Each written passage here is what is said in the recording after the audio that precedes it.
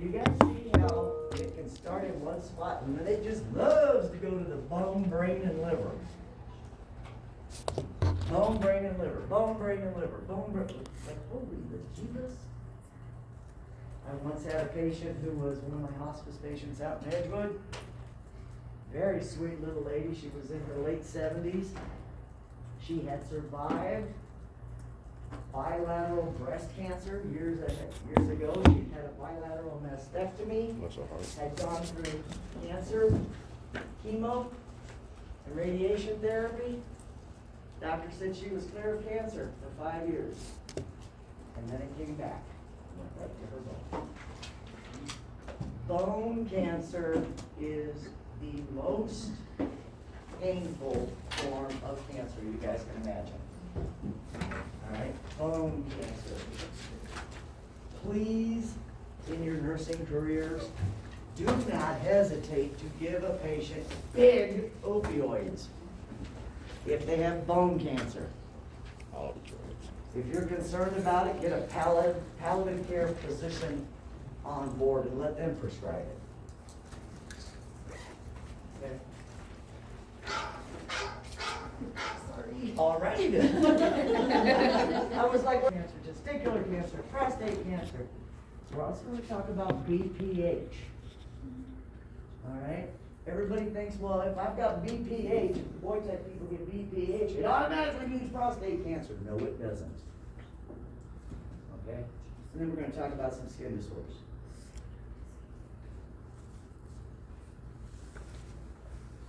So, okay, you ready? Heads up, look at me. Look at me. You guys are a team. Diagnostics, lab tests, CBCs, occult blood cultures, bone marrow biopsies. Anybody ever seen a bone marrow biopsy? You have some? When did you see it? When my dad got one done. Yeah. Ow. When dad got one. Bone marrow biopsies, their two favorite places to biopsy is the femur or the sacrum. How do they get it out? They take a big giant drill that looks like a corkscrew. It's about the diameter of my pen. And it looks like a corkscrew, and it's a sterile procedure. And if you're lucky, they've sedated you somewhat for conscious sedation. Otherwise, they just lidocaine it up, clean it all off, lidocaine it up, and they have to pull out bone marrow from inside a large bone. And they send those cells off the pathway to find out what kind of cancer is going on. They can also find out if the patient is immunocompromised. Because remember, your bone marrow makes red blood cells, white blood cells, and it has fat in it. So one of the risks, bleeding, infection, and a fat envelope. A little globule of fat getting loose and getting stuck in your bloodstream.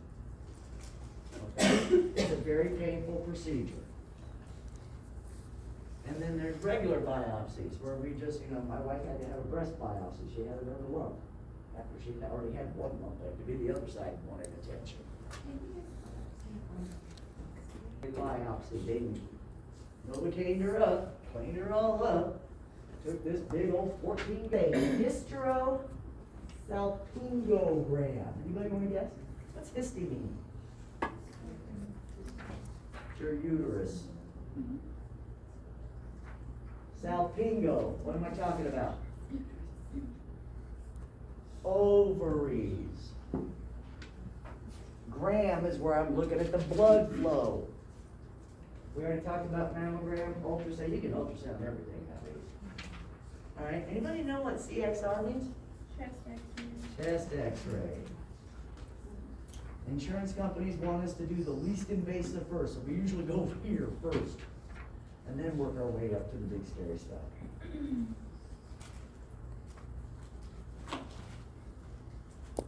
This is a slide you need to check out. It's another anagram. Is the right word? Anagram? Mnemonic. Mnemonic. Caution, an easy way to screen for different types of cancer. Change in bowel and bladder habits. A sore that is not healing. Unusual bleeding or discharge. That could be from any orifice, pick one. It can also be from the tip of the penis or the breasts, the nipples. Thickening or lump in the breast or elsewhere, indigestion, and I'm not talking about what happens to me when I eat Thai food. Okay, I'm talking about continued indigestion. Or difficulty swallowing, an obvious change in a wart or a mole, nagging, cough, or hoarseness. That's the one that scares me. I'll give you a minute to grab that because you really want to know that.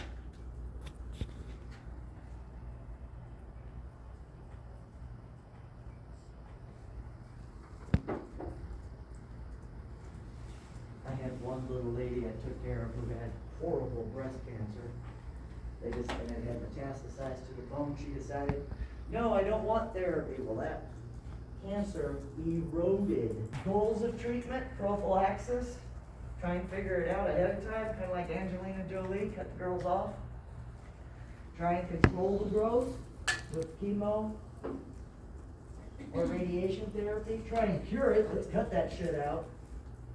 And worst case scenario, we're just palliation, palliative care.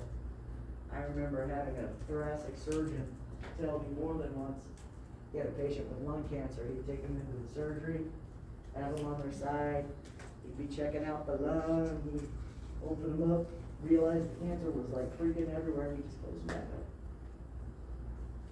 It's not even worth trying when they've got cancer throughout. You were gonna ask something, John? Modalities.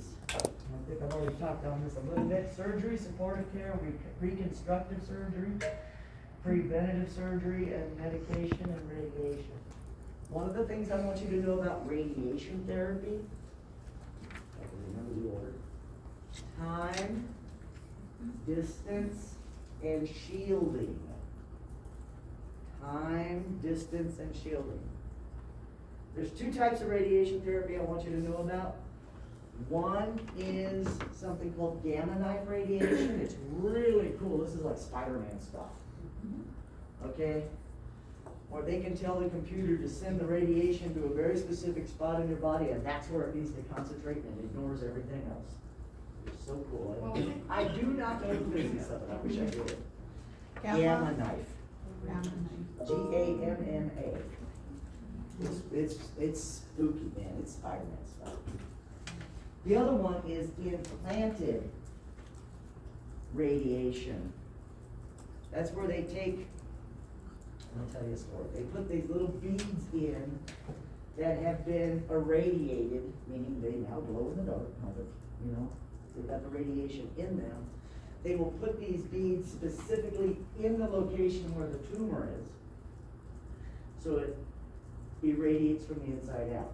In one case I'm thinking about, off the top of my head, was a patient I had over at Mayo who had bladder cancer.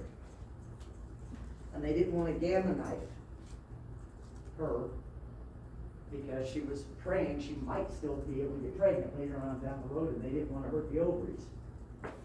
So the doctor got the beads, and in her case they looked like little Tic Tacs, about half the diameter. Texting me. They looked like little Tic Tacs. The surgeon implanted them in the bladder tumor. Okay?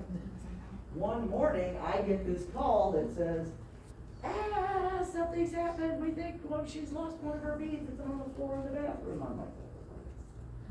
I'm like, so I call up the radiation group downstairs, the director, and I said, I need a badge. I need a vest. I need the collar, and I need a thermos, put it in, the lead line thermos, and I need a pair of tongs. What's the badge for? Anybody know? So you know how much radiation you're absorbing. Time. How much time have you spent around that patient? those badges will change color Orange. over the length of time Yeah. that you've spent with that patient. They don't give you guys the rings? Huh? They don't give you guys the rings? Not back then, they didn't. Oh, shit. We just had the badges, now they got the magic rings. Yeah, the rings They work. look like moon rings, they change color, it's really cool. And see, I know what you're talking about. Yeah. But you have to know the time, so that's the first thing. Shielding, shielding, the vest, the lead line vest. Why did I want the collar, the lead collar? Protect your. Protect my thyroid. Good God, I do not want thyroid cancer, that will jack me all up. Alright, so I put on the lead line vest, I got the collar, I went into the room, and sure enough, in the bathroom, there's this little puddle of urine, and in the puddle of urine, I see this bright white Tic Tac sitting right there, and I'm like, son of a bitch, you got one. Unscrewed the lid, took one of the little magic tongs, picked it up, put it in there, put it back, sent it back down to radiology, and we had to terminally clean that room. Nobody could be in that room for 5 days. Okay? Not that big a deal. Time, protection. Another thing we can do is, besides this for shielding, we used to have, if you picture one of these desks, on its side, made out of lead. It weighs a ton. Okay? And that's how we do shielding and distance. Because if you had an implant in, this is fine, I'm not worried about it. If I had to get closer to you though, I would want a shield between us, and that's what those big old lead shields on wheels look like. So time, distance, and shielding are the main things you need to remember about radiation therapy. Another thing you need to remember about radiation therapy is when the patient's having the therapy, this radiologist is going to take his magic Sharpie marker and he's going to draw on them. They look like little tattoos. And that's what they use to line up and make sure they're hitting the mark every single time they do it. Do not wash off the Sharpie markers. Okay? Do not wipe off the marking the radiologist has put on that patient. Because they're gonna be having the radiation therapy over a period of weeks. And it's to line up what though? Like, Have you guys ever had a chest x-ray or an x-ray at all? Yes. You remember how the radiologist lines up the picture on you? Radiation burns. If a physician, a radiologist gets a little overzealous and he doesn't set the machine right, sometimes you will end up with a topical burn on the skin. It looks like a 2nd-degree sunburn, folks. It's very painful and it is bright red. Do not scrub. Do not use ointment, only cool water or cool soap and water, and just let it flow over the area. The oil, if you scrub it, it'll hurt and you'll open the skin up and it'll get infected. If you put ointment on it, it'll screw up or talcum powder, oh my God, not talcum powder. You guys know what talcum powder is? Number one, they figured out it's cancerous. Number two, it also has some old-fashioned talcum powder, actually has metal dust in it.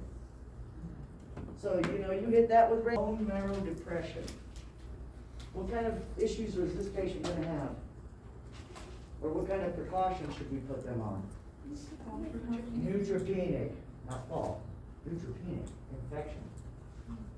Bone marrow depression is gonna cut down on the white blood cells in my body.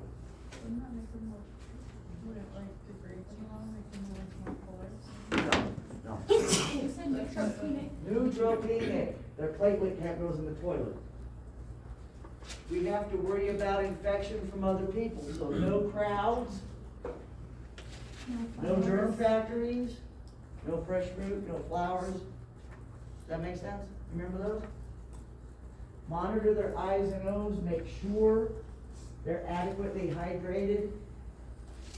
what kind of pre-med should we give these patients who are getting chemo or radiation therapy? Maybe probiotics, I'm thinking something more immediate, right prior to the procedure. Pain medication. Pain medication, who said it? I- Analgesics, what else? What are some of the side effects of chemo and radiation therapy, guys? Antiemetic, Benadryl, Zofran, opioids.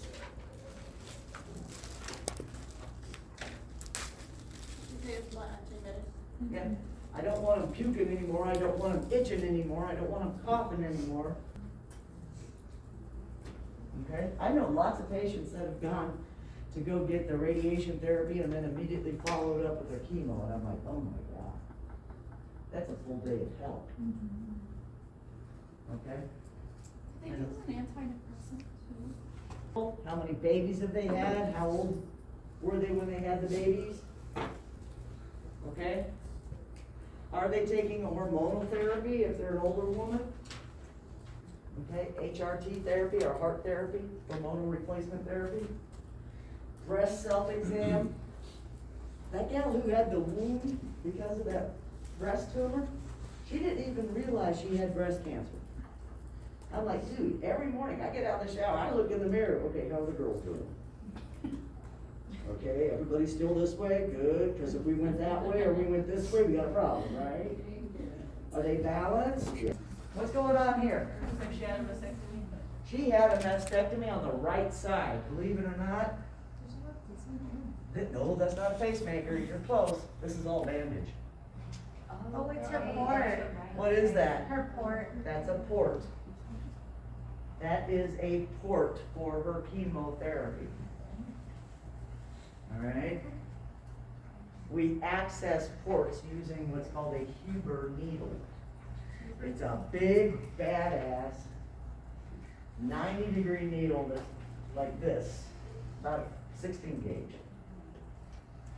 You wipe this down, you put on your gloves, you pin it between your two fingers so it doesn't wiggle around, and you literally go pop right through the skin into that port. It's a sterile procedure and a. Yes, sterile procedure. The cool thing is when you pull it out, do you guys remember the tops of the insulin bottles? Yeah. You know how they self-close? Same thing with the port. They self-close. When you disconnect from a port, all you gotta do is cover it with a Band-Aid. That's all it takes. What is this? Anybody know? Compression sleeve? A compression sleeve. Why does she have a compression sleeve on her right arm? She's gonna swell. Why? The lymph isn't draining. I'm gonna give you a hint. She had her lymph nodes taken out also on that right side. So now that circulation can't work. It goes that way, but it can't come back. So she's gonna end up with what's called lymphedema. Lymphedema is where the lymph fluid leaks out of the lymph pathway and becomes interstitial fluid. Are you reading my notes? Am I right? So this sleeve is squeezing, trying to promote the circulation back into the body.